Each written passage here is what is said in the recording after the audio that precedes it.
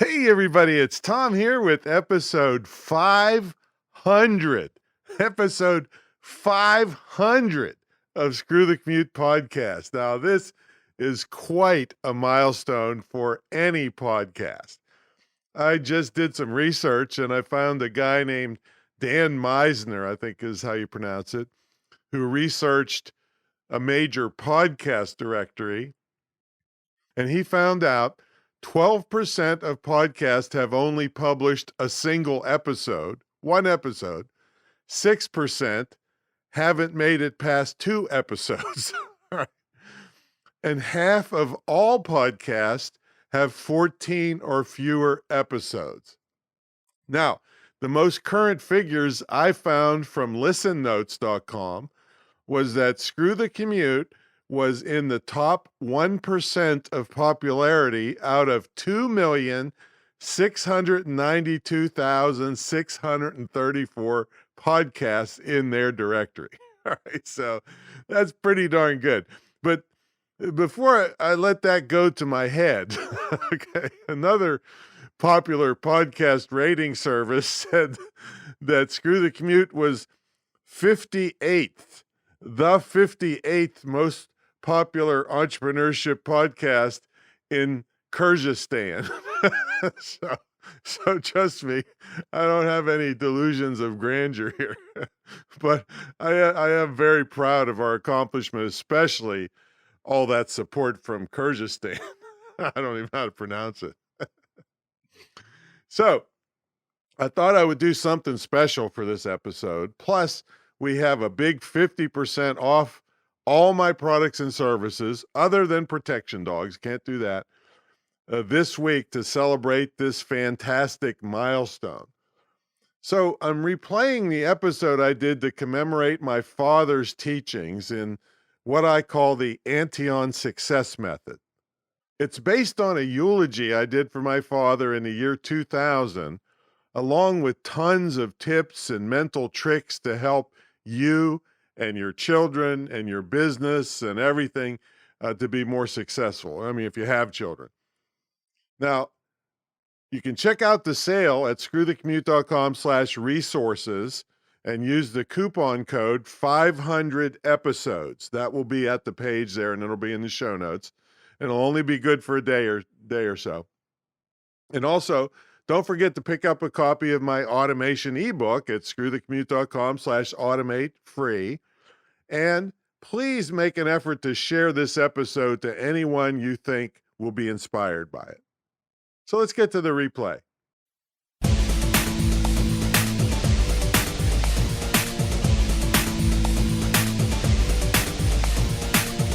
Welcome to Screw the Commute, the entrepreneurial podcast dedicated to getting you out of the car and into the money, with your host, lifelong entrepreneur and multimillionaire, Tom Antion.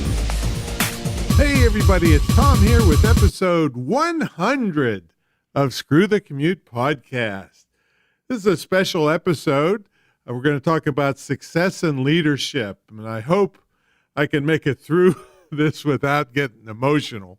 The last time I did this, someone else had to finish it for me as I ran out of the room crying. And some of this is going to be a little in your face, and with tens of thousands of people eventually hearing this episode, I'm pretty sure some of them are going to be mad at me and unsubscribe. But that's okay. I've made a career out of telling things truthfully as I see them. So I have to say to those unsubscribers, like the line from the movie A Few Good Men, you can't handle the truth. Well, anyway, you're probably wondering why I'm going to get emotional. Well, this is loosely based on the eulogy that I did for my dad back in the year 2000. So I'll give you a little more detail on that later. All right, last episode was 99. Lou Bortone, he's an expert that helps people with the strategy of skyrocketing their business using video. And he's a lot of fun, too. So you want to check out that episode 99. All right, our podcast app is in the iTunes store. You can also go to screwthecommute.com/app, where we have complete instructions to show you how to use all the fancy features so you can take us with you on the road and put it on your cell phone and your tablet. And also go over to screwthecommute.com and subscribe to something so we can give you updates whenever a new episode comes out or special episodes. We can send you an email, and we have lots of ways to contact you. And this would really, really help out the show. If you could go over to iTunes and leave us a review and a rating, we'd really appreciate that. Now, our youth program is in full swing. We're looking for young people that are doing entrepreneurial things. And when I say young, that's up to, let's say, early 20s. If they're older than that, they might be a candidate for our regular podcast. But if you know anyone, they can get in touch with me at orders@antion.com to see how to apply to be featured on an episode of Screw the Commute Special Youth Edition. And, of course, that's in the show notes, too. Now, our on-demand TV channel is on Roku TV. The first channel is the public speaking channel. And if you have a Roku device, it's a really good deal. You can get thousands of channels, and you can hook up your Netflix and other channels through the same device. And I've got about $100,000 worth of free training on the channel.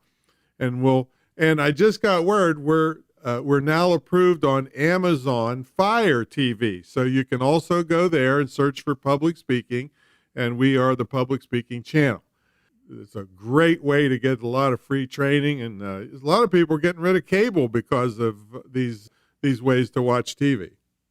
Now, our sponsor is me again. It's the Tom Antion Internet Marketing Retreat and Joint Venture Program, where myself and my staff work with you for a year to get either you started in an internet business or use the internet to take your existing business to a new level. And I'll tell you more about that later, but the details will be at greatinternetmarketingtraining.com. Well, that'll be in the show notes at screwthecommute.com, or you can go directly to greatinternetmarketingtraining.com. All right, let's get to the main event, the Antion Success Method. Now, these are success and leadership principles you need to be able to tell the boss to take this job and shove it. If you already have your own business, I'll tell you how to take it to a much higher level. And these principles will also help you in any aspect of your life, not just your business.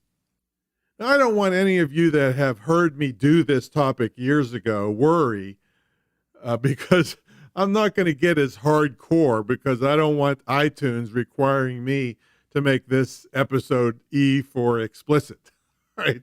So for those of you that didn't hear my original recording, we had to give it an R rating for language. So I'm going to keep this at a G rating, but that doesn't mean I won't say some harsh, in-your-face things. I know there are lots of people out there that will say anything to keep you happy just so they can take your money, regardless of whether what they tell you helps you or not. Well, I'm not that person. I tell it like it is, and because I do so, I can sleep at night knowing I gave you the best information I could. Now, you probably will hear me get a little excited on some of these points that I want to tell you. This episode is loosely based on a eulogy I wrote for my father in the year 2000, where I wrote down 10 leadership tips I learned from him since I was a little boy. And I'll be throwing in some other ones and some spin-offs as we go along. Now, what I plan on doing is popping back and forth from that eulogy to my commentary. I want to make sure you get some learning points on things that you can do to really be much more successful in your life and business. And also coming up this year is the premiere of the American Entrepreneur documentary, created by Hollywood producer Terry Marie. It's based on my dad coming here from Syria in the early 1900s and making himself an entrepreneur, and he turned me into an entrepreneur, and I've helped thousands of entrepreneurs. So watch for the premiere coming out. That's also, please sign up to get notifications at screwthecommute.com so you don't miss it. Anyway, my dad passed away at the ripe old age of 94. And that was from the physical world. But I can assure you he's here with us on this episode and all the other episodes. Now, let's see. I can tell you right now that some of you are going to say, well, Tom, you're a little old-fashioned, aren't you, when you tell us some of these simple principles from the old days? Well, maybe I am, but most of the people that have money in the world are a little older, and they appreciate what I'm going to tell you. It's going to be a long time and a pretty sad day when this stuff that I tell you in this episode goes out of style. So you can be assured that the people that have money will appreciate these things. I'm going to try to also attempt to burst some myths that I'll get to in a second. Now, what I'm going to tell you is not some government-funded study. It's not some big scientific thing. It's not backed by special interest groups. It's going to be a report on some of the things that I've seen in the world and that I've experienced. I'm going to rag a little bit on parents, even though, hey, I'm not one myself. I will act as a reporter to tell you some of the things I've seen from the children out there nowadays and that I don't like. And I'm hoping that the things we talk about today can help fix it a little bit. All right, well, here's some of the myths that I'm going to attempt to bust. And one is that positive reinforcement is good. I don't think it is. And the next one, that you should only do what you're good at, and you should delegate things you're not good at. This is the biggest bunch of BS I've heard in a long time. Another myth is that we are a hardworking society. All right. Oh, I'm going to bust that one. Another one is that you must have balance in your life. And I think that's kind of a crock. You'll see when I talk about that. Here's the one that'll throw you for a loop. You shouldn't support your kids. Now, that sounds a little outrageous, don't you think, that I think you shouldn't support your kids? But bear with me, and I'll explain what I mean by that later. And you're going to learn how you may be sabotaging yourself by believing any of the above. And most people, you see, are average by definition.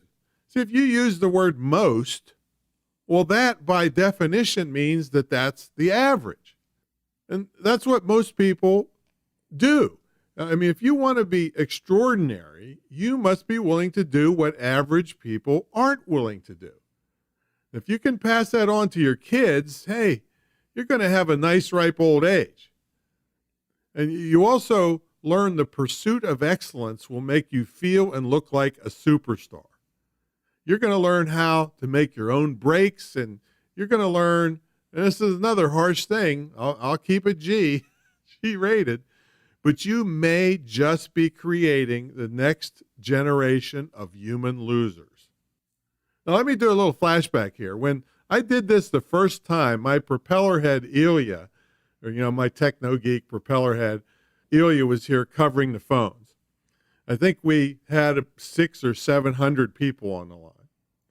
During that call, after I got into some of the in-your-face stuff, I could hear the phone ringing off the hook. Right? It was in the other office, and Ilya could hardly keep up with the calls. What I was thinking was, oh boy, people are mad at me now for calling their kids human losers, plus all the other harsh things I was talking about. So I finished the call, and Ilya ran into the office. Before he could say anything, I said, people are mad at me, aren't they? He said it was totally opposite, and that parents and grandparents were calling to get a copy of the recording. Both the parents and the grandparents wanted a copy to give to their kids. Think about that for a minute. The parents were buying a copy to make their kids listen to, and the grandparents were buying copies to make their kids listen to, who were the parents that were buying the copies for the kids. Oh, man. So both generations knew something was really screwed up and getting worse. And just in case you think this is just life success principles, I'll be expanding on some of these principles and teaching you a little later how to build credibility and how to turn that credibility into big bucks in your business. Okay, let's get to the eulogy. The title of my eulogy for my dad was Leadership Skills from a Man Who Came to America in a Dung-Filled Cattle Boat. Now, I would like you to project a little bit into the future before I go through this. I want you to ask yourself the following question. What will my children say about me when they are in their 50s and 60s? What will my children say about me when they're in their 50s and 60s? Do you get that? I want you to ponder that. And for those of you out there that didn't have good parents, and some of you may even hate your parents, I hope you get something out of this too. See, I was fortunate, but maybe you weren't. So I'm hoping that from this episode, you can help break the chain in your family and do whatever it takes so that your children feel as strongly about you as I still do about my dad. So I'm going to read a little bit from the eulogy, and then I'm going to throw in commentary. I want you to meet my dad, Sam Antion. So let me take you back to July 3rd, 2000, when I wrote the following words for my great speaking e-zine. So here we go. This is the eulogy. I've been bragging about my dad ever since 1973 when I did my valedictorian speech. I've even done professional speeches about one of the techniques he used to make me tough when I was just a baby. Until I was preparing his eulogy this week, I have never actually written down all the leadership skills he taught me. As I was working on them, I thought that they would be a good example that anyone could use in their life and from the platform. And please bear with me a little because most of my people are speakers who are on my e-zine list, so I'll be referring to speakers a little bit as we go. I only saw Dad speak in public once, and that was at his 50th wedding anniversary. But I witnessed his leadership skills that are going to be listed in this episode my entire life. Let's go to number one of this top 10 list. Leadership skill number one, build it strong. Dad would always build things more sturdy than they needed to be so that he would never have to worry when an extraordinary force was applied. He knew that whatever he built would stand up to the test. This applied to both character traits and real hammer and nail construction. In fact, without his insistence on this leadership trait, I wouldn't be here today. When I was 16 years old, a drunk driver doing nearly 100 miles per hour, that's 161 kilometers per hour for those of you outside the U.S., ran his car off the road, smashing it into the corner of our living room. I was the only one in the room when my whole living room exploded around me. Had this been a normally built house, the car would have burst through the wall and killed me. My dad at the time put extra heavy reinforcements in the corners of the house and planted big heavy shrubs so that if a car ran off the road, because we lived near the road, it wouldn't hurt his family. All right, here's my commentary on Build It Strong. This would be kind of the modern day cliche would be give 110%. And I got a good joke that you can use in your speeches. It says, I was at a company one day and I saw this big sign they had up. It said, we give 110%, 5% on Monday, 15% on Tuesday, and so on. So that's not what I'm talking about here, but I do want to take a little sidebar and tell you about when the car hit my house. I mean, I'm 16 years old. I'm on the floor in front of the TV watching, I think it was What's My Line? It was an old famous TV show. And I hear what sounds like an airplane crashing outside my house. And then a few seconds later, my living room explodes. The front picture window gets blown out. The front door gets blown out. Lamps are flying past me. I'm covered with plaster. So I turn on the outside lights and I run out the opening that used to be the front door, and I could see a guy laying on the front yard with his foot turned around the wrong way. I mean, he's screaming at me and he's pointing, get my friend, get my friend. And I looked around and a car is sticking in the corner of my house. The passenger slumped over and there's blood everywhere. His scalp is like rolled back on his head. And I might note this is before they invented AIDS, so I wasn't really worried about that. And I'm just a kid, though. I had just gone through first aid course in high school. I'm flipping out trying to think what to do. So, so I'm thinking about the drills they put us through and the order you have to do things. Okay. Breathing, bleeding, broken bones. Okay. The guy's breathing. All right, bleeding. Yeah, he's definitely bleeding. Okay. All right, now I'm thinking how to stop bleeding. All right, direct pressure, indirect pressure, direct pressure, indirect pressure. So somehow in my youthful and infinite wisdom, I got the idea that indirect pressure would be the right thing. So I grabbed him around the neck and I started squeezing. You might notice that this may have some adverse side effects. My brother runs out of the house and says, "Don't kill him. He didn't mean to hit the house." Well, then there was more blood than any. The reason I'm laughing through the whole thing is there's more blood than anything else. The guy lived, no thanks to me, and I lived because my dad built it strong.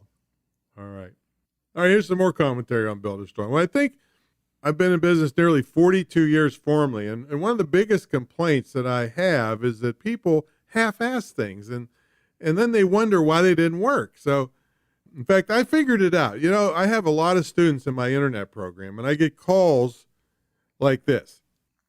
"Hey, Tom, I've been working really hard for a couple days on this internet, and I'm not rich yet." So I sat down and figured out I've put in 60,200 hours, okay, in the past 25 years, if you just did a conservative figure of how hard I work on it. So trust me, you're not working that hard, and you wonder why you're not successful. Well, think about that. In fact, you let me know when you hit your first 5,000 hours in any field that you're at, and then we'll talk. All right, so whose fault is it if you're not successful? Is that the fault of your parents? Tough question, isn't it? I mean, were you patted on the back for poor performance when you were a kid? And no, I'm not saying you shouldn't encourage people to do better. I'm saying you should try to explain the consequences of their actions to them. I mean, explain to your child, or was it explained to you that there's no guarantees of success? Explain to them that if they choose to watch a worthless reality program instead of studying their math, that's why they got a poor grade. I mean, explain to them that's why they aren't allowed to watch reality programs or anything else until they've got their homework done and their scores improve. Explain to them why this is important to them and how those dumb shows are not.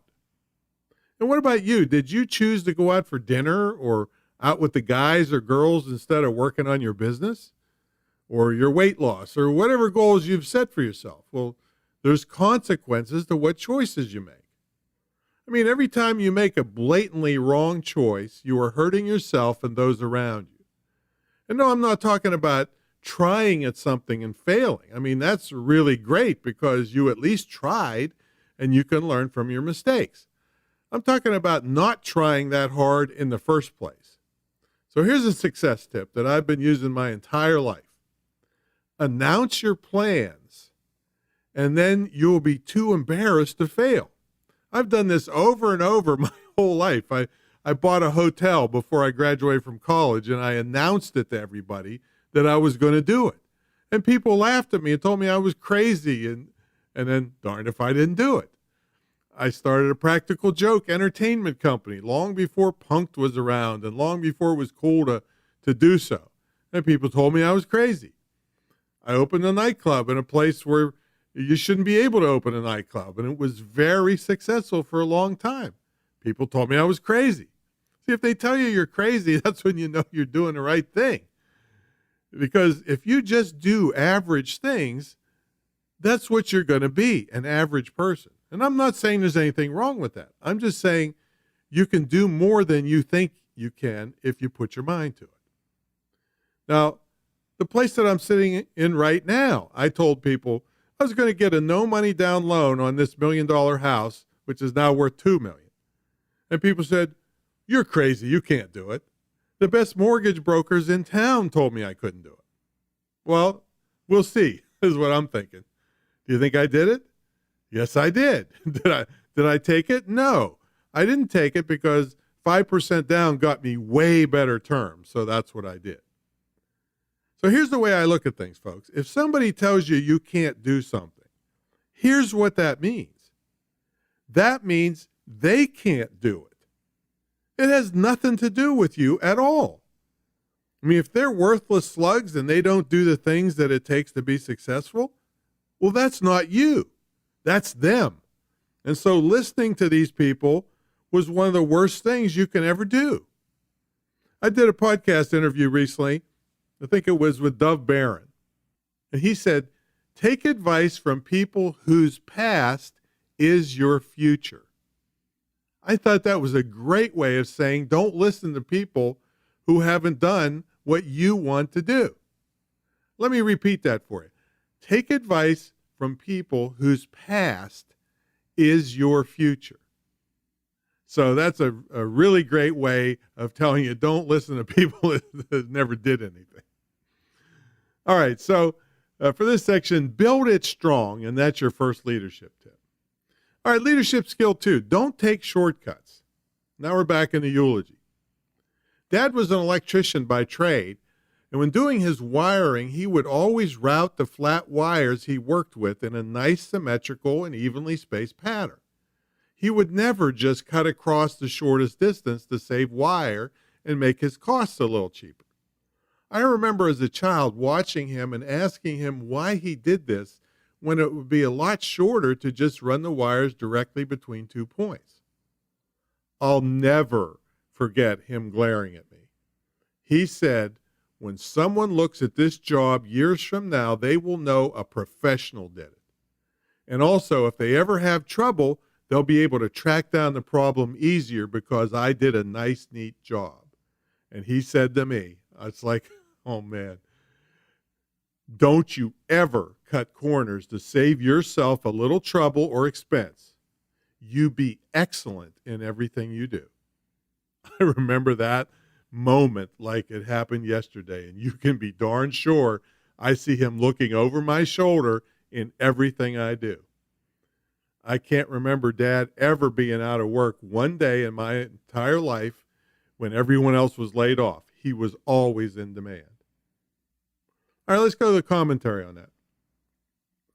See, great people take pride in their work, not like a bunch of scab laborers. And for those of you young folks out there, a scab laborer is somebody that doesn't care what they do when they build something, or they just slop it together.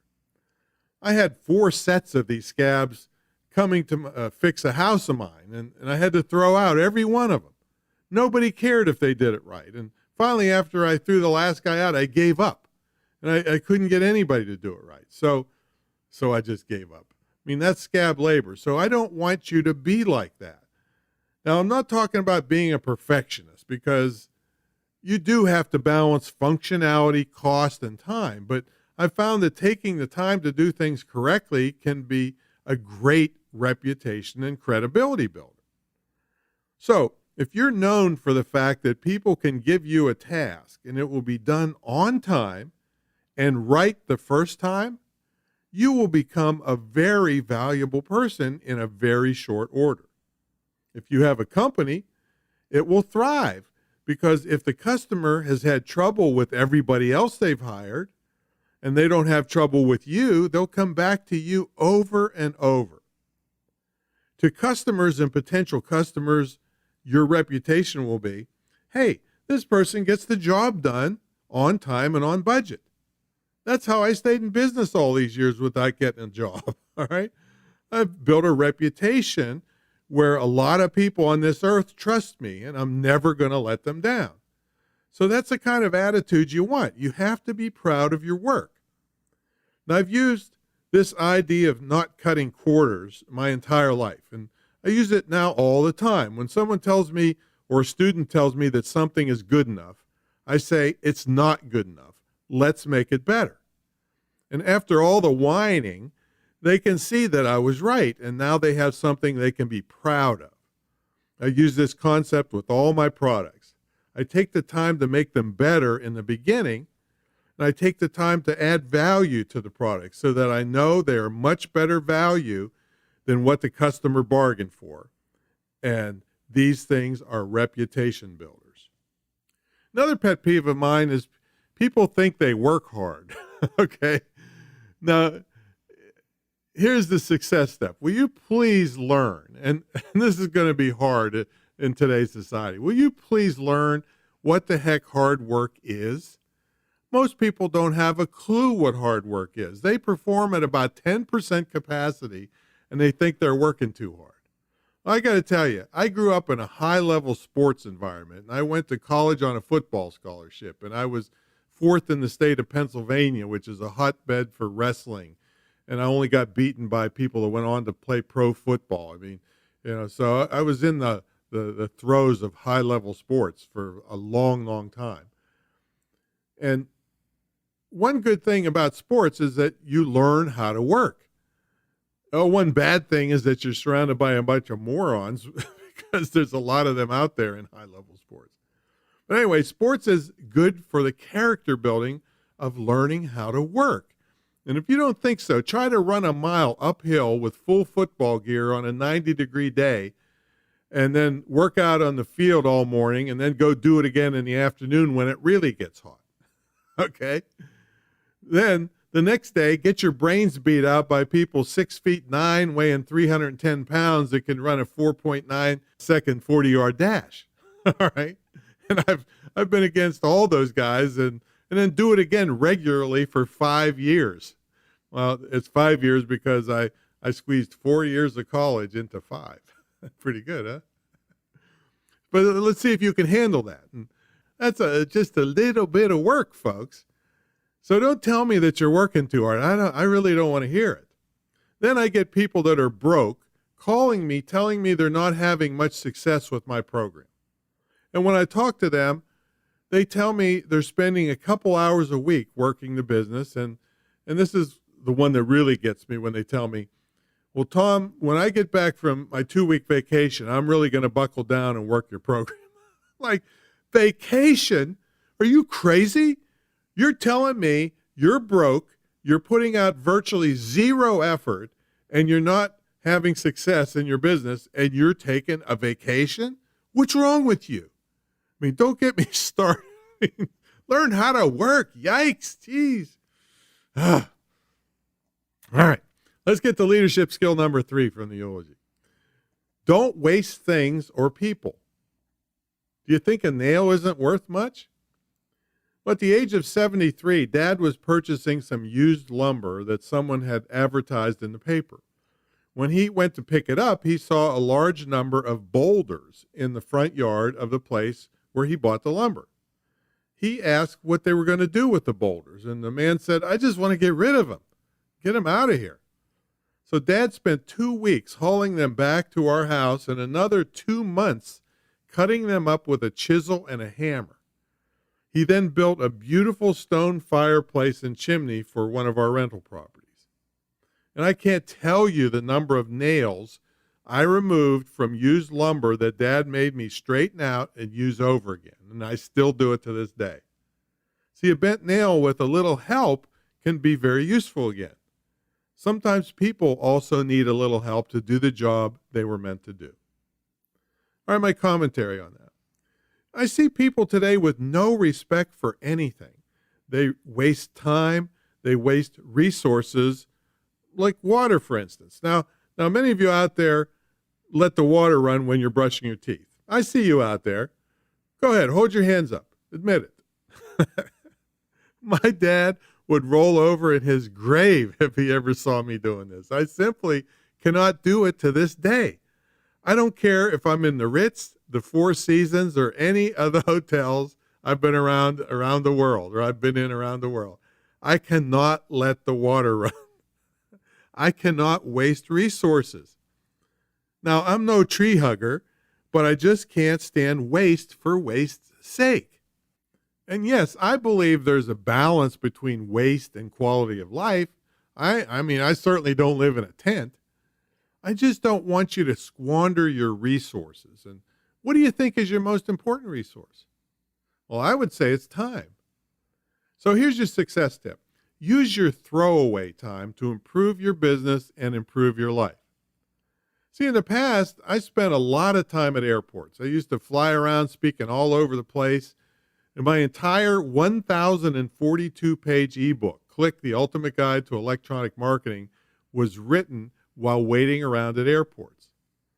I teach my public speaking students to practice small chunks of their speeches, whether they're in the shower or washing the car. I mean, use your throwaway time to study when you're on the go. Your cell phone will hold 100 hours or more of training, educational podcasts like this one, and success materials. I mean, make your car a traveling university and you'll be much further ahead. You'll be able to learn and improve your business and your life. Okay, leadership skill number 4, be self-reliant.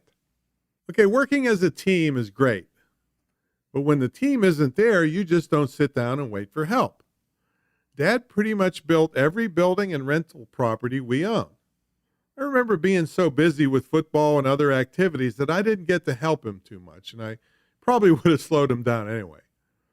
One day he was working on remodeling one of our buildings. He asked me to go to the automotive store, parts store, and get him about 20 feet of clear gas tubing and several bottles of Coca-Cola. And I wondered, what was he up to? He never drank Coke, and our car was working fine. So I came back with the tubing and the Coke, and I stood back and watched as he did his thing. He plugged one end of the tubing, and he started pouring Coke in the other end. I was, of course, certain he had lost his mind after spending those 3 months building that chimney. So I asked him what he was doing. He said, well, when you boys aren't around, it's hard for me to make things level because I can't be at both ends of these long 2x4s. And of course, this is long before laser levels and all that stuff. So he went on to say, I'm going to nail one end of the tubing on one end of where I'm working and take the other end of the tubing with me to the other end of the board. He knew from his self-taught physics studies that liquids seek their own level. He could see through the clear tubing to the Coca-Cola inside the level of the Coke on one end of the tubing would be exactly the same level at the other end of the tubing.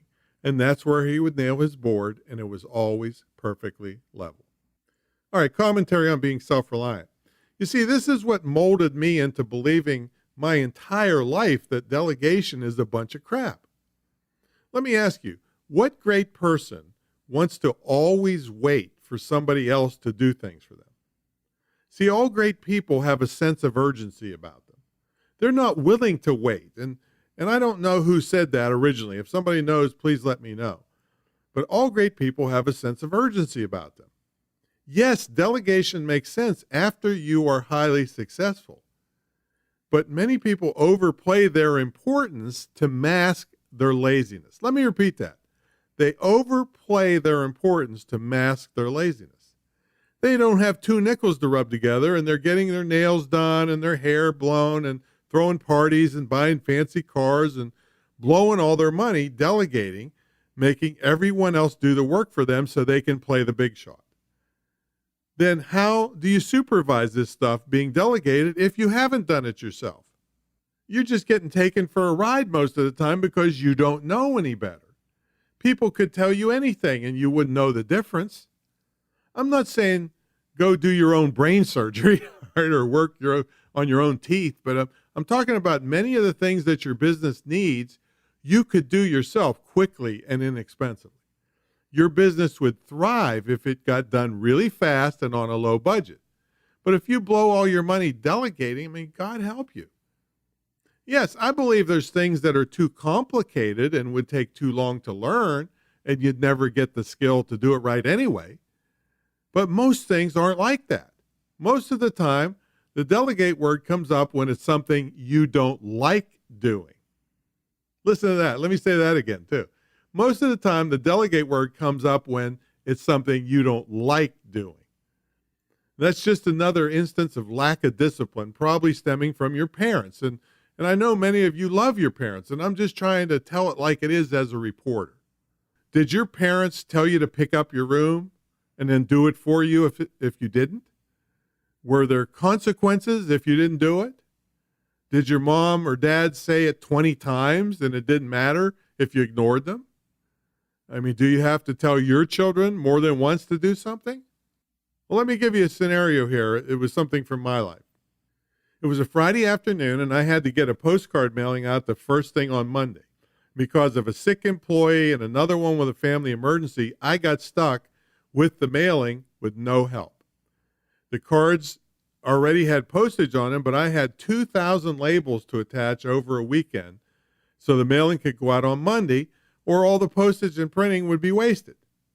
I called my girlfriend at the time to help me, and I want to note here that I had done numerous things for her whenever she needed it. So it wasn't like coming out of the clear blue and asking for help. I called her on Friday at work and told her my problem. I asked for help and told her that we could probably knock the entire thing out in about 6 hours on Saturday or Sunday. She said, nah, no.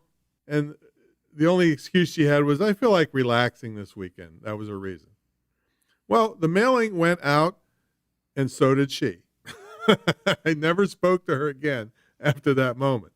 I put on all 2,000 labels, and I was happy that I did it because I didn't fold under pressure and cry because I didn't have any help.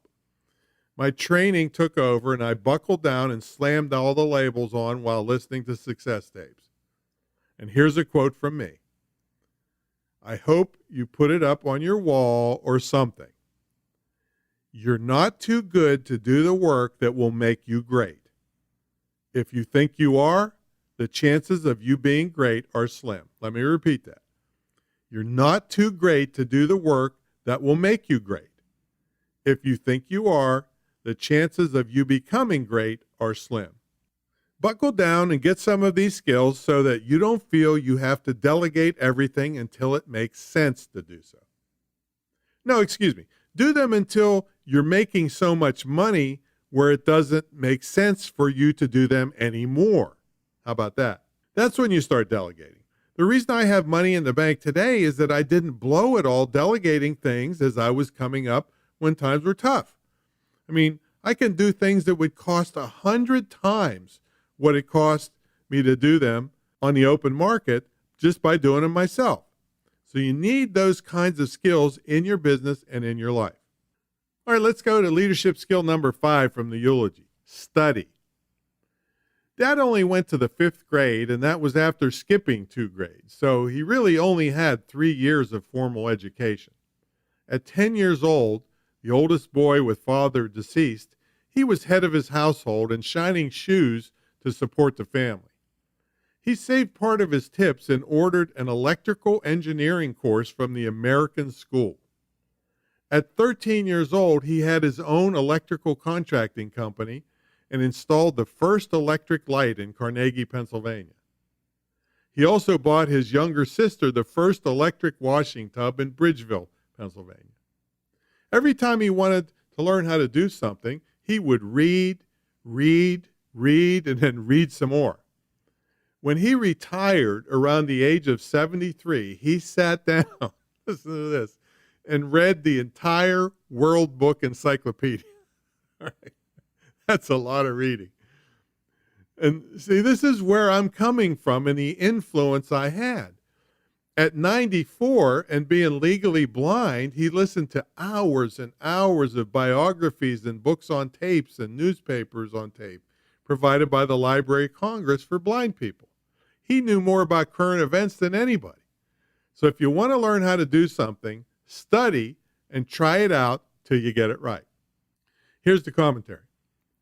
The concept of studying is one of the biggest concepts in my entire life and caused major shifts in my emphasis in my business life. When I was coming out of the entertainment field into the speaking arena, I didn't really know how to be a professional speaker. I was good at entertaining at parties, but I didn't really know about microphones and hotel rooms and professional presentations. So what did I do? I fell back on the skills that I'd seen my dad do over and over. I started studying. I bought every book I could on presentation skills. I remember riding my bike to a used bookstore and I almost couldn't get home. It was full of books hanging off the bike on public speaking and public speakers that were famous. I studied them and I still have them here in my library. If you ever come and visit my house, you'll see hundreds and hundreds of books that helped mold my speaking career. And after I started studying and practicing these things, I started getting pretty good at it. Guess what? When you start getting good at something, in other words, when you start pursuing excellence, people start asking you to help them and teach them what you know. So I was helping people so much, I couldn't get my own work done. Right? That's when I wrote the Wake 'em Up Business Presentations book, and I created the Wake 'em Up Video Professional Speaking System. These are still selling today, and that's where I made my fortune on the internet. So I became a presentation skills expert. Now along came the internet in around 1994, and in those days it was hard enough to sell your products across the street, let alone around the world from your desktop.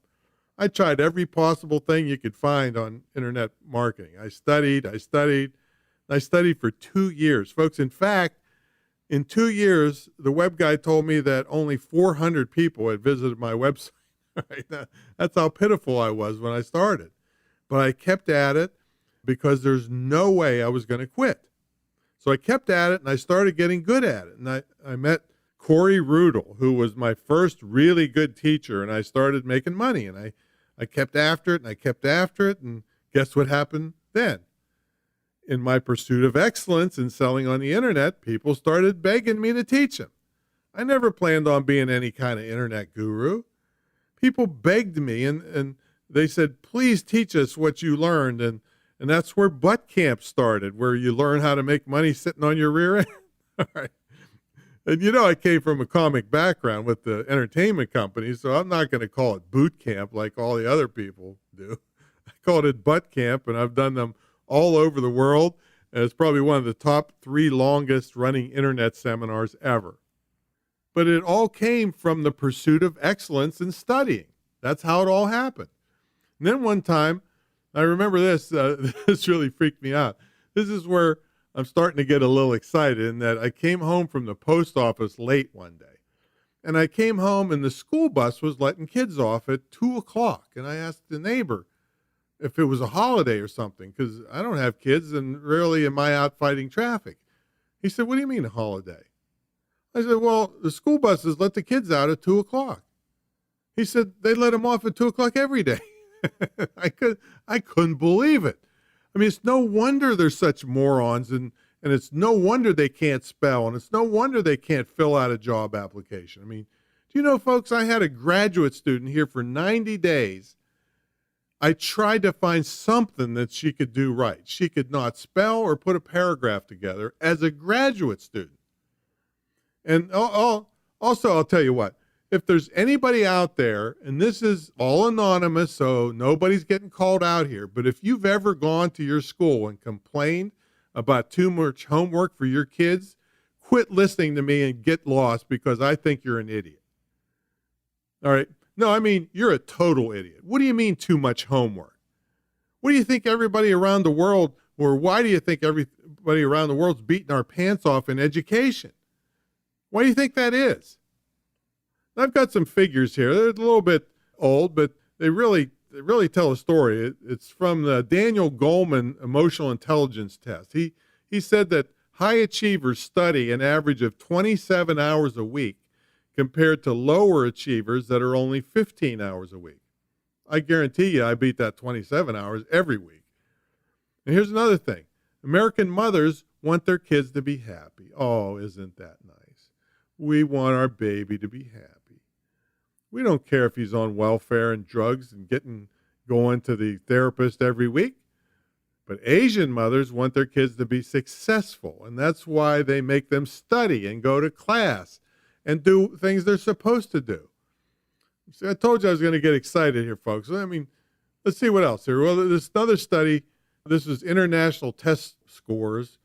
Said in the U.S. by the 4th grade, and by the way, I'm not sure how current this is, so you might have more recent figures, but This is the last research I did on this. By the fourth grade, we're in the middle of the world on how much we know. By the eighth grade, we're near the bottom. And by graduation, we're dead last in world education. You know, this is pitiful. I think this guy's name was John Leo, and this was in the U.S. News and World Report. And I don't know how old the info is, but doubt if it's much better today. Here's another little study. Now, it's not a scientific study, but it was good enough for the U.S. News and World Report to report on. Some guy did a little study where he asked a bunch of college graduates to figure out the following problem. How much change should you get back after putting down $3 to pay for a 60-cent cup of coffee? I don't know where they found a 60-cent cup of coffee. Or soup, and a $1.95 sandwich. Again, I don't and it's not at any of the big chain stores, I'll tell you that. So anyway, 56.3% of American college graduates were unable to figure out the change. Is this pitiful or is that pitiful? I mean, what do you expect? Do you expect big success when you can't even do simple math? I want you to make your kids see the value of studying. I mean, it's opened up my life to such riches and greatness and meeting wonderful people. I can't tell you. And all because I study. Make them see the value of studying as soon as possible. And then you dig in and study yourself to improve your business and your life and be a great role model for them. All right, I've been beating you up for a little while. Let's take a break for our sponsor, which is me. See, I turned the internet marketing world on its head around the year 2000. People like me were charging $50,000 or $100,000 up front to teach what we knew to clueless business people who refused to learn on their own. Now, I'm a small business advocate, and I knew many small businesses could never afford that kind of upfront money. So I made all those gurus mad by charging a relatively small entry fee to my program that also got a percentage of profits. That was capped, so you're not stuck with me forever. So for me to get my big money, you have to make way bigger money. Plus, you know I'm not going to disappear on you because I won't get any of my money. All right. I went one step further, and has never been done before. I have a big estate home and a TV studio where my students, as part of their year-long training, come and actually stay in my house for an immersion weekend. And that's just one of the unique features of the program, which is the longest running, most successful, and most unique program on the internet marketing field. And one thing I didn't tell you, it also includes a scholarship to my licensed internet marketing school that you can either use yourself or gift to someone. So check out the full details at greatinternetmarketingtraining.com, greatinternetmarketingtraining.com, and we'll have that in the show notes. All right, let's get to leadership skill number 6 of the eulogy. You can have whatever you want if you're willing to work for it. Well, this was the 1910 version of just do it.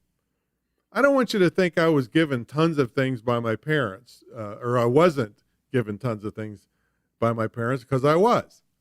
But the most valuable thing that I was conditioned from a very young age is that the world did not owe me a living. I had to earn it. I got a serious work ethic that I will always carry with me. See, if I want something, I go after it. Now, I won't step on people or cheat anybody. The last time I did the last time I did this, I was really fired up and I blurted out, "No, I won't sleep with people." It was supposed to be step on people. and I'm thinking, I probably wouldn't get too far if I went that route anyway. But I won't step on people to get whatever it is I want. And I won't cheat or steal. But I will work until I get it or I don't want it anymore. Now, this would be foreign language to most of today's youth. So the commentary on this is where I'm talking about the next generation of human losers.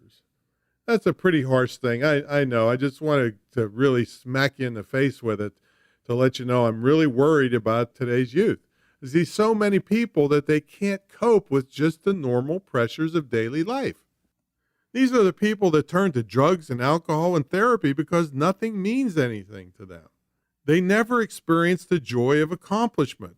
Everything has been given to them. And I remember vividly I mean, this is probably, folks, 39 years ago when I had a nightclub outside of Morgantown, West Virginia, and it was a family restaurant and pizza shop during the week. I remember hearing two kids that had come down to the lake from Mount Lebanon area of Pittsburgh. That's a fancy area of Pittsburgh. And one of the kids was complaining to the other kid that his mother had only given him $60 for a pair of jeans. I'm thinking, $60 for a pair of jeans 39 years ago? I'd like to slap that kid. I mean, this is unheard of. The kid probably never earned $60 in his entire life. All right, now, where's the discipline? Where's the parents teaching this kid about value? If it was up to me, every kid on earth, no matter how rich, would be working at a fast food restaurant or some service business to respect people and to learn how to treat people right and to respect the value of what they have. Most of them don't. Most of them think the world owes them a living, and this doesn't get them too far with guys like me because I can hire you if I want to. But if you act like that, trust me, I don't want to, because I don't want to sit here 10 to 12 hours a day and hear you whining all day. I've had people come in here that accepted the job months in advance and didn't show up. I had them accept the job weeks in advance and they didn't show up. I had this one girl showed up for work. These aren't all girls, by the way, folks. And she was here for 4 hours. She was the biggest dunce I had ever seen in my life. Actually, I'm the biggest one for hiring her. After only 4 hours, she wanted to know where her bonus was. I wasted time all morning on her because she couldn't understand anything.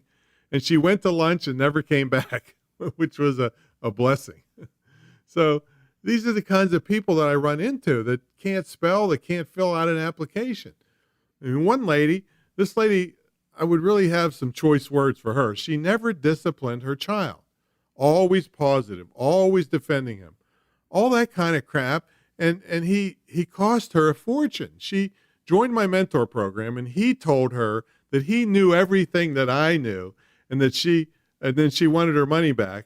So I gave her her money back. I pointed out to her 50 different things wrong on the website that her kid put up for her. And that means the kid was clueless, obviously. She said, well, he went to Microsoft certification. Well, so did a billion other people that never made a nickel selling on the internet, but she wouldn't hear it. She just defended her good boy.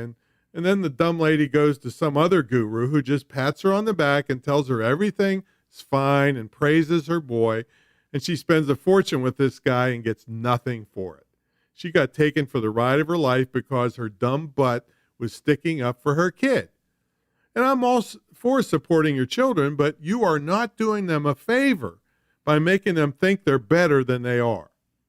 Yes, I'm all for encouragement to get better, but this method of building hyper self-esteem, that's a term I may have coined, I don't know. Hyper self-esteem is a losing proposition.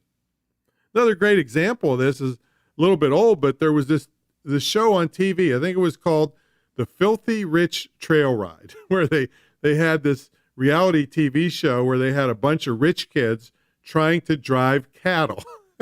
And this was comical because every one of these rich kids was a total loser by any decent standard on earth. I mean, other than they had a lot of money, but they were just clueless. They couldn't hardly cross the street without somebody pointing the direction. Right? The only kid that was any good was Anthony Quinn's son. Anthony Quinn, for those of you who don't know, was a very famous and very rich actor. Probably at the time one of the richest ones in the world. They interviewed the son and asked him how he could do all this stuff so easily. He said, because my dad, even though he was so rich, gave us a good work ethic. He told us the world does not owe us a living, and we had to work and be competent and good people. And that was the only kid that was worth a crap on that whole show. And then don't get me started on Paris Hilton, right? You know, what a role model that is, folks. I mean, do you want your girls to follow in her footsteps? I mean, her claim to fame is she's got the Hilton name, she's got a smoking hot body, which she's perfectly happy to give to anybody with a video camera, and she can get $100,000, as she used to be able to get $100,000 to walk in and out of a nightclub for 20 minutes. I mean, the money seems good. I doubt she can get that anymore, but I hear she's cleaned up her act somewhat. But do you really want your kids acting like her? Now, I would take the 100 grand, I admit, all right, but not in that way. So teach your kids and yourself how to work for it. So here's your success tip. Put pressure on yourself. Push yourself a little. I mean, it's just like weightlifting. In weightlifting, you don't go lifting 400 pounds all at once. You lift a little bit more than you could do last week, and then you start adapting. And then next week, you start a little bit more, and you lift a little bit more. And maybe the week after that, you fall back a little, but you keep trying, and eventually you become very strong physically.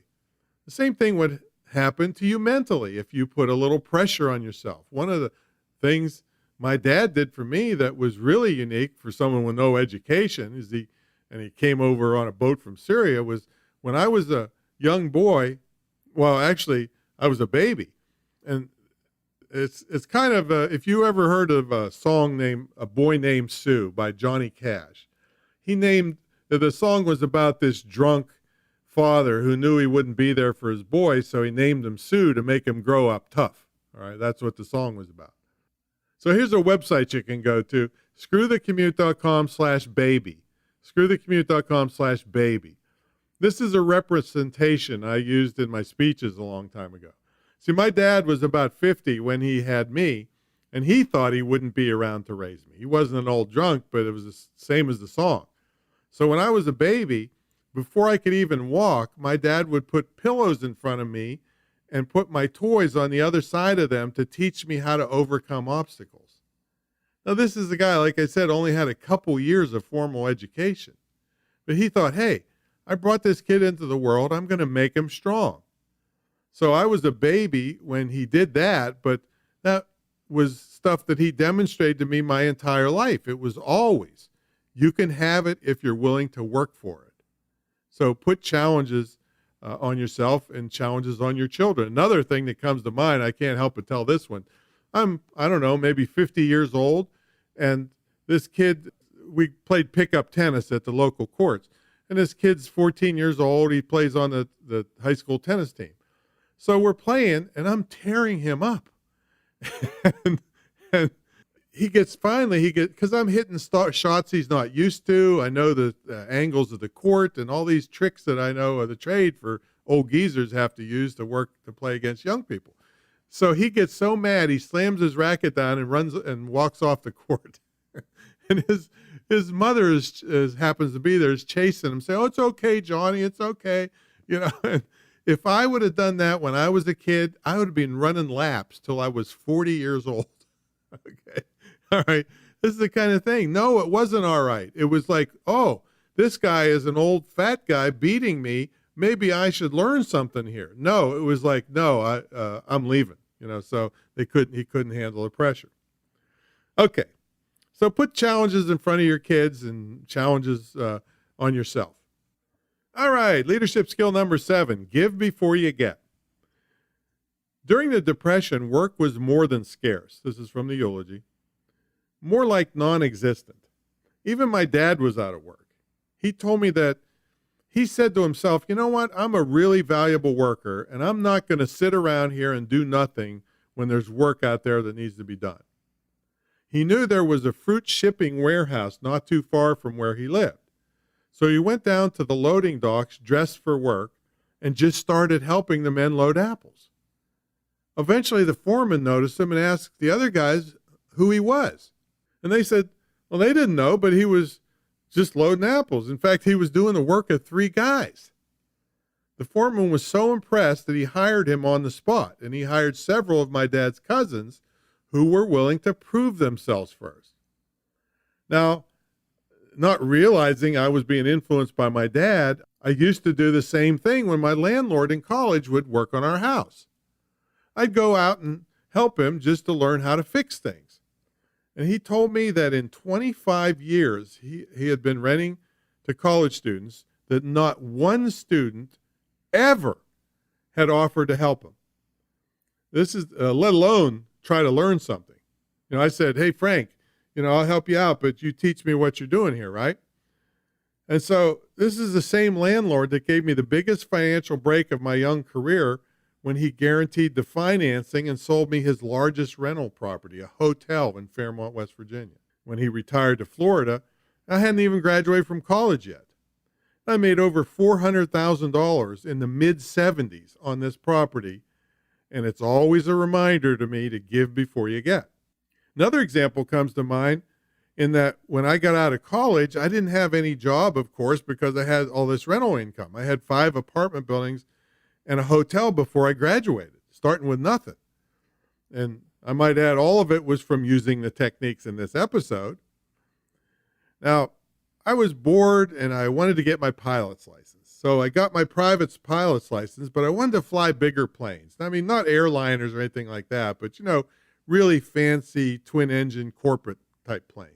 So I hung around the airport and I would take every crappy flight that no one else wanted.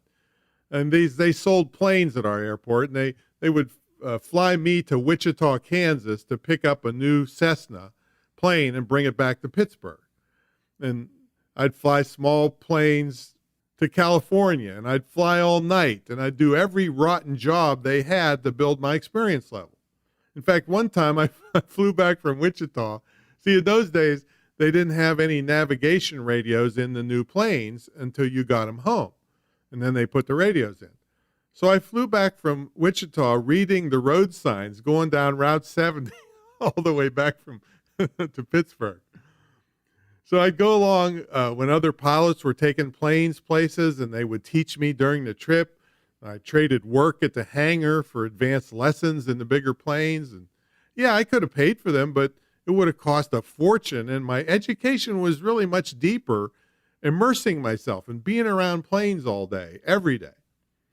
So after that, I qualified as a Part 135 charter pilot. Part 135 is a little more advanced than a regular commercial pilot.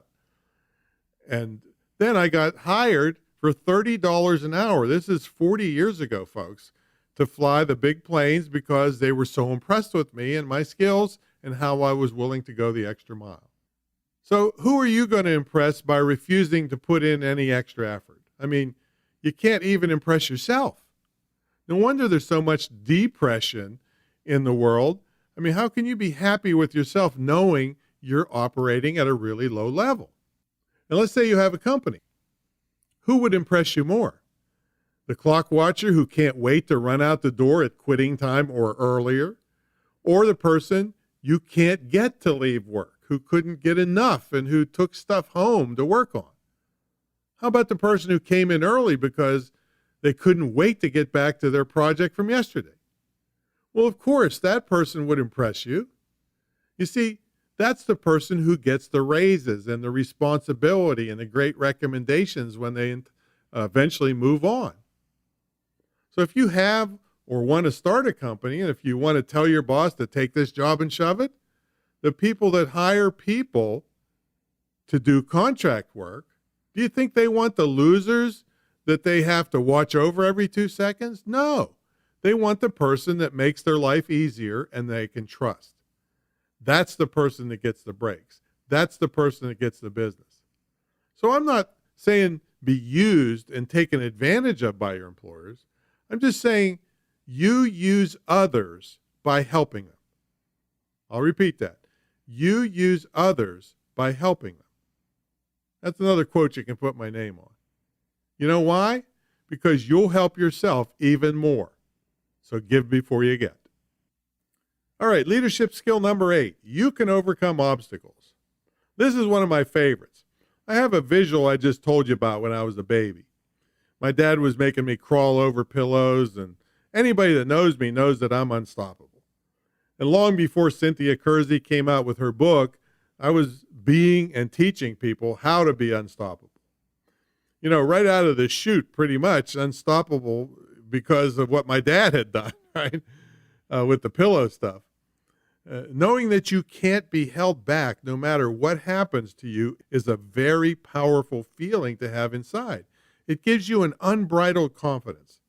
Both my parents aligned to make me feel this way, and most of you don't know about this, but 33 years ago, I lost everything and was totally broke. The drinking age went from 18 to 21 on that nightclub I had, and I lost $400,000. I was supposed to be a millionaire before I turned 30. I lost everything. And then I tore my Achilles tendon with no health insurance. So 33 years ago, I was actually sleeping on a mattress in a vacant house, injured and unable to walk. I was living off what little credit I had left. My girlfriend left me and my dog got run over. So I wrote a country song. No, I'm just kidding. Anyway, the whole time I was in that lonely, vacant house, a powerful feeling burned inside of me to overcome the obstacles, which I did by coming up with an idea for a unique entertainment company that in turn helped launch my speaking career. And I did that by keeping humor around.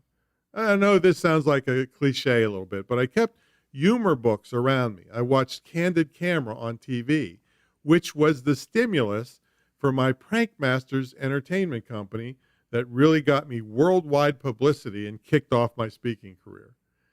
So staying upbeat in the face of adversity, I know is tough, but you must do that because it's all downhill if you don't. Now, let me ask you this question. I mean, this is the commentary.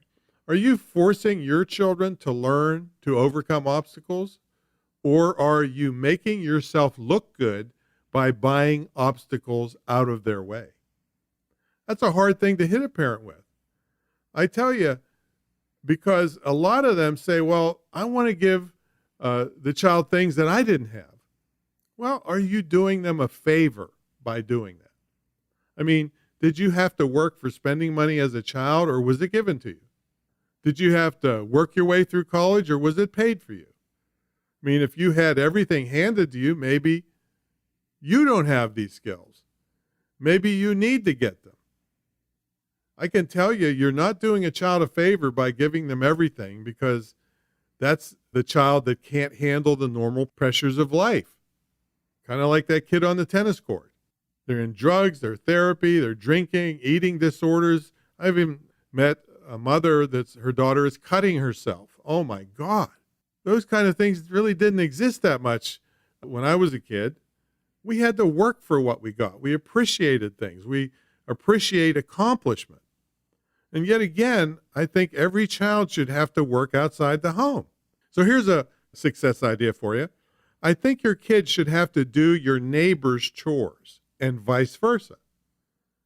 How about that as a unique idea? Because that will make you so darn embarrassed if they screw up that you'll start teaching them what to do. So your success tip is pick something that's an obstacle in your personal life or for your business life, and put a laser focus on that problem. Make it your waking thought and think about it during the day. Think about it when you get home. Think about it several hours before you go to bed, and then take action to keep trying options until something works. You can overcome obstacles, and if you have kids, find out what they perceive as an obstacle in their life and help them brainstorm ways to overcome it. Then encourage them to take action. You can overcome obstacles. All right, leadership skill number 10, risk everything for something truly worthwhile. All right, back to the eulogy. Did you ever wonder why many people don't achieve their goals?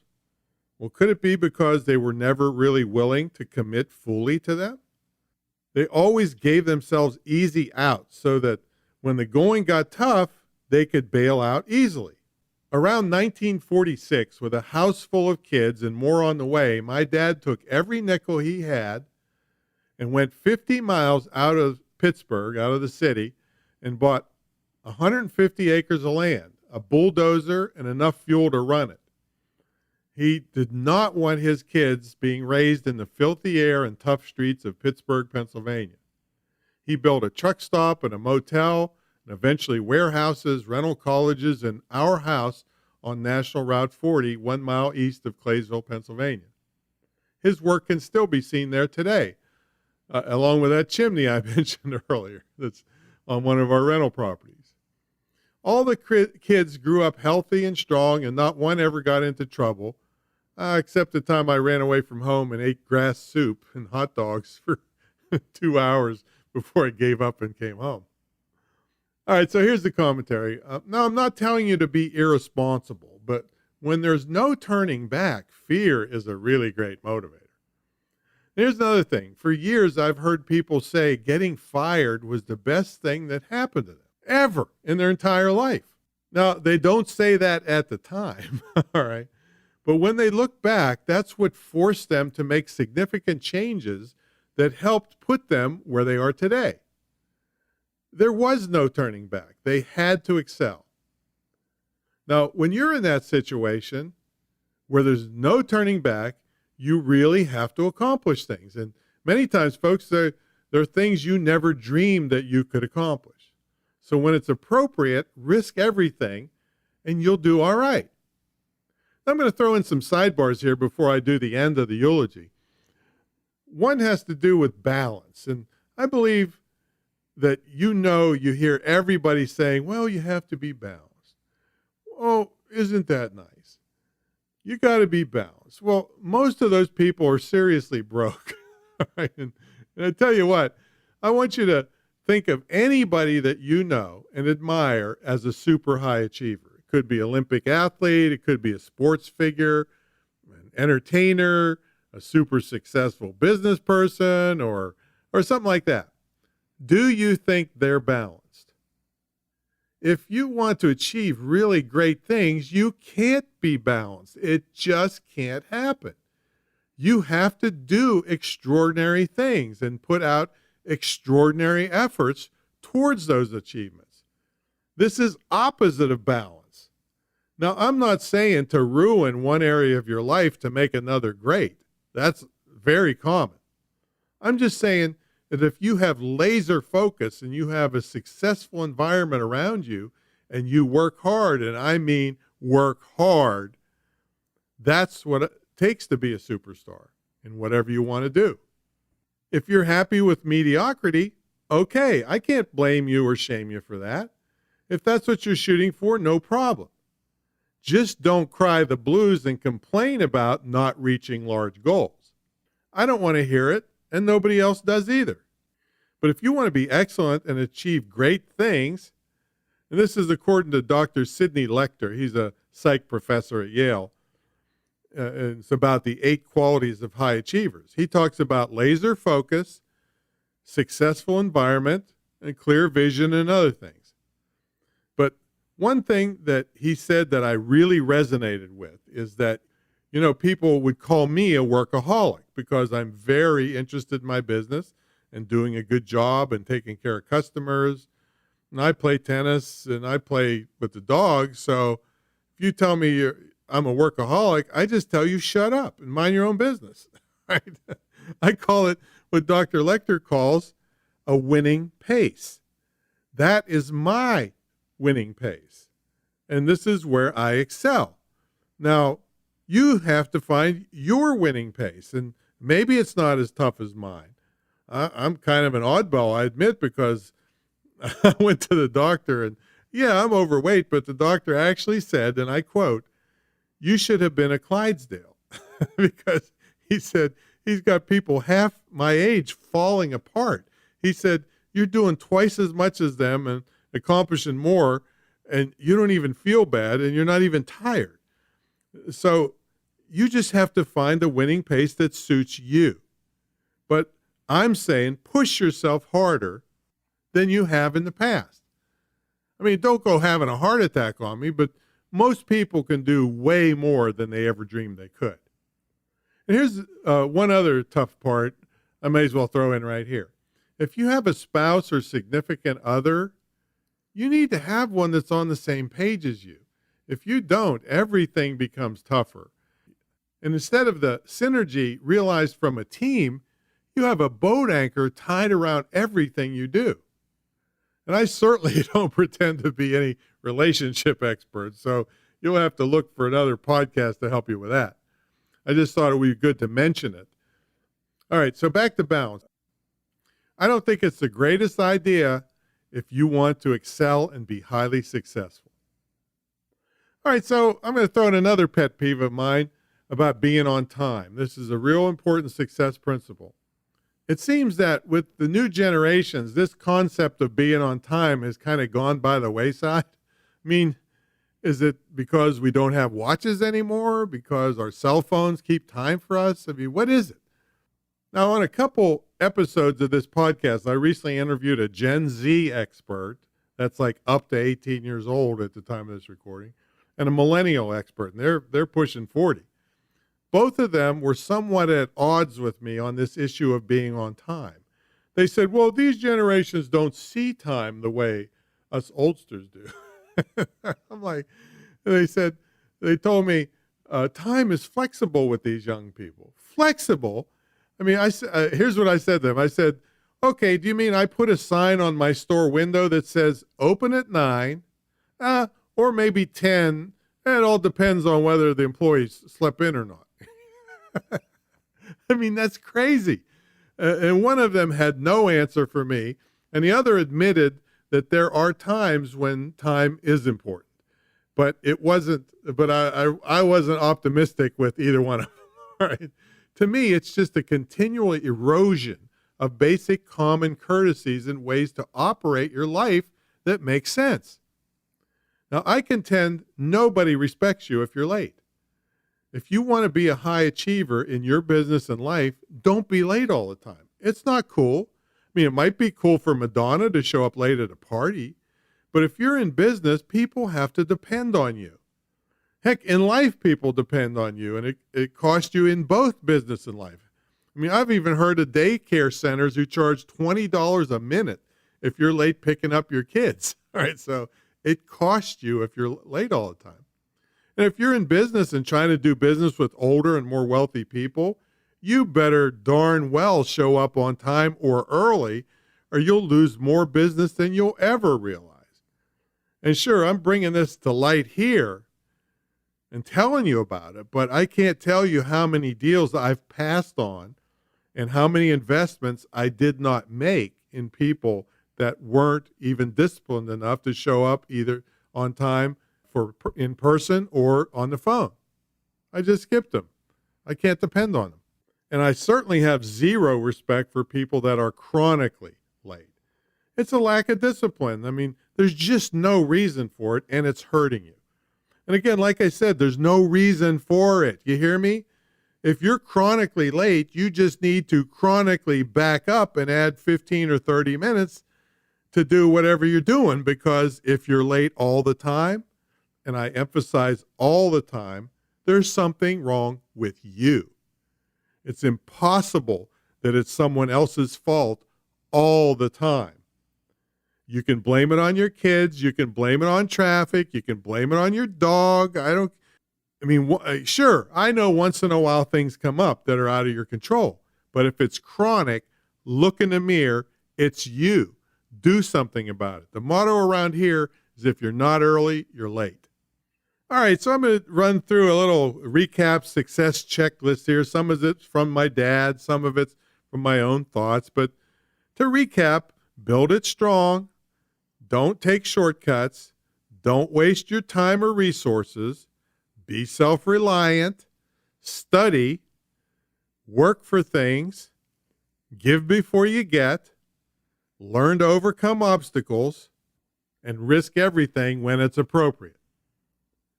Now, here's some extra principles I throw in as some of my success principles. Hang around with better people. I mean, there's been plenty of people I've heard say that your average income is based on the average of your closest 5 friends. Well, look around you. See if that's true. Another thing, invest in yourself. I bought so many training programs. I mean, you could build a skyscraper with the amount of money, but I'm investing in me because I'm self-reliant and I'm willing to invest. You at least invested enough time to listen to this episode and spend some time with me, but are you buying training programs? Are you going to school in one way or the other? I'm not trying to push my training down your throat, but I'm just saying I invest in things, and look where it's gotten me. I took training from Dottie Walters and Corey Rudel, and I spent a fortune on it because I wanted to learn from the best of the best, and it's paid off to the tune of millions and millions and millions of dollars. So invest in yourself. See, I learned how to create great value for others And in turn, it's paid off handsomely for me, both in money and lifestyle. This is one thing that's really important to your success. See, if you make yourself so important as a source of value and learning, people can't help but deal with you. You'll always be in demand. But so many people are just happy to get by and get to Friday so they can go to the movies on a weekend. Hey, that's okay. But if you have not created value for people that you do business with or interact with in life, that'll be your destiny, waiting for Friday to go to the movies. Do you really want that to be your fate? Okay, here's another success idea. Let's see. Do something no one else has done, just like this retreat center I'm sitting in. This is the only place in the world you can actually live with a guy like me for an immersion weekend on the topic of internet marketing for small business. I've been doing this for 17 years. Nobody else has done what I'm doing here. When you can claim you're the only one who did something, or the first, or the biggest, the best, and all those kinds of superlative words, it helps make you more successful in business when you can claim things like that. Another thing, control your image. I actually just canceled out a major speaking engagement that would have earned me a minimum of $50,000 and maybe $100,000. How many of you out there would be willing to do that? All right, probably not too many, right? I get that. But the rest of the program was populated with a bunch of loudmouth BS scammers that are not credible. So I don't want that to rub off on me, and it makes me want to take a shower just to be around them. So I canceled. I actually mean I didn't accept the engagement, because I've only canceled out of one engagement my whole life, and that's another story. Get really good at publicity. I built my whole career, even before the internet was around, on publicity. I refused to cold call because, as I said just a second ago, you must control your image. Cold calling to me is begging for business. I want people to call me. The entire power struggle of the call changes when they call me. It's basically, are you available and can we afford you? So get really good at publicity. Get really good at copywriting. Of course, my course, copywriting901.com, is there for you, waiting for you. It's made me lots and lots of money. I've identified copywriting as the number one business skill I've acquired in 42 years of formal business, and really since I'm 10 years old, writing flyers to put door to door. My course on this is one of the best and most cost-effective there is. Many people charge you $10,000 for courses not as good as mine. And at the time of this recording, it's only $297, and I'll even finance it for you. Get this copywriting skill. Okay, I told you about announcing things so that you're too embarrassed if you don't do them. That makes you really scratch and crawl to keep after it and get yourself a laser focus on what you want to achieve. Use your throwaway time. And here's another really big one. Be consistent. See, pretty much people know what to expect out of me. They know that if I say something, it's going to happen whether there's a nuclear attack hits or not, right? And if it doesn't happen, I'm going to tell you why, and I'm going to make up for it. See, consistency is credibility. Consistency is trust. So if you're not consistent, nobody knows what the heck to expect out of you. How do you expect them to do business with you when you're there 1 minute and gone the next? It's the same in relationships. Why would somebody want to be with you if they never know what to expect? Now, I'm not saying spontaneity and surprises aren't fun. I'm saying, are you dependable to do what you say you're going to do? So be consistent, and it will pay off greatly. Be on time, and I've harped on that enough, but it's a big stickler with me. Be tough but fair. Another thing that helps me be successful is I always laugh at failure for two reasons.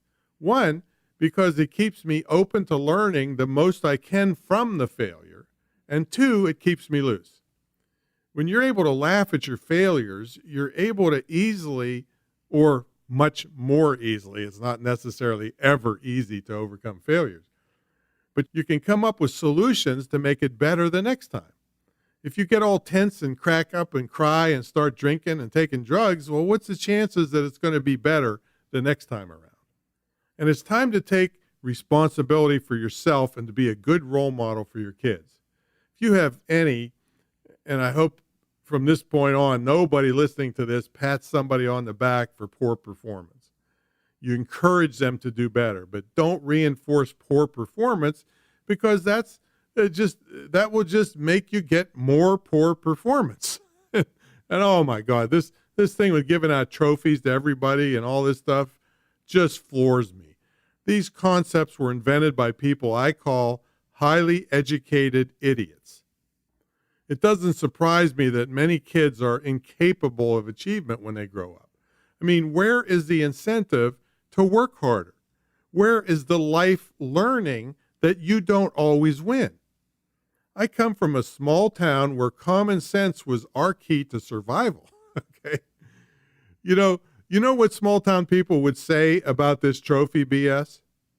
Here's what they'd say. This is a small town saying. If you told that to a donkey, he'd kick your brains out. Okay, so, all right, so I'm going to do this last little section of eulogy in a minute. But if you like this idea of recapping what you learned from your parents, maybe you want to write one for your parents. How about that? A lot of people emailed me after this came out that said they did one of these for their parents. And some were alive and some had passed long ago. But what it did was really make them think of the nice things their parents did for them. You can print out the transcript of this podcast episode, which is in the show notes, and hey, leave it around and in your children's bedroom. Maybe they'll get the hint to write one for you. How about that? All right, so here we go. Let's close up this episode with the final part of my dad's eulogy. Here we go. Even though Dad was only on stage once that I know of, his leadership principles are influencing tens of thousands of people through me and because of all the people he touched over the years. I spent the 4th of July this week at the funeral home viewing, which, to be honest, I thought was going to be a pretty barren sight, especially being 94, all Dad's friends had died off. I couldn't believe it. People were everywhere. People that I'd never seen before or even heard of were telling me stories of when they were down and out 60 or 70 years ago. My dad was the one that helped them or gave them a chance or encouraged them.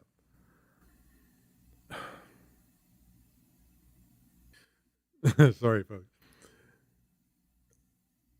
I just about fell on the floor when someone told me that around 1923, my dad took on the responsibility for an entire family of kids who had an old drunk for a father. Dad worked all week for 50 cents to buy a big sack of potatoes to feed 6 kids and himself for the week. I was told that Dad taught the boys of the family trades so they could go out and find work, and that these people thought the sun rose and set on my dad. I had never heard a word about them before my dad's viewing on July 4th of the year 2000. So one more lesson that maybe I didn't learn too well from Dad is don't boast, just do good things. Well, Tom, what's this got to do with great speaking? Well, I'm hoping if you got this far that you saw some value in my dad's leadership teachings. I'm hoping that when you take the stage that you walk up there as a good example for many people you will touch in your career. My dad didn't have the stage in the conventional sense like we do every time we speak. He lived the stage. In fact, he was the stage that good leadership stands on. You living as a good example both on stage and off will be what ultimately makes you a great speaker. I can teach you the techniques, but you must provide the good example 24 hours a day, 7 days a week, not just when you're on the platform. Thanks, Dad. Your little heapy. And I know you're going to crack up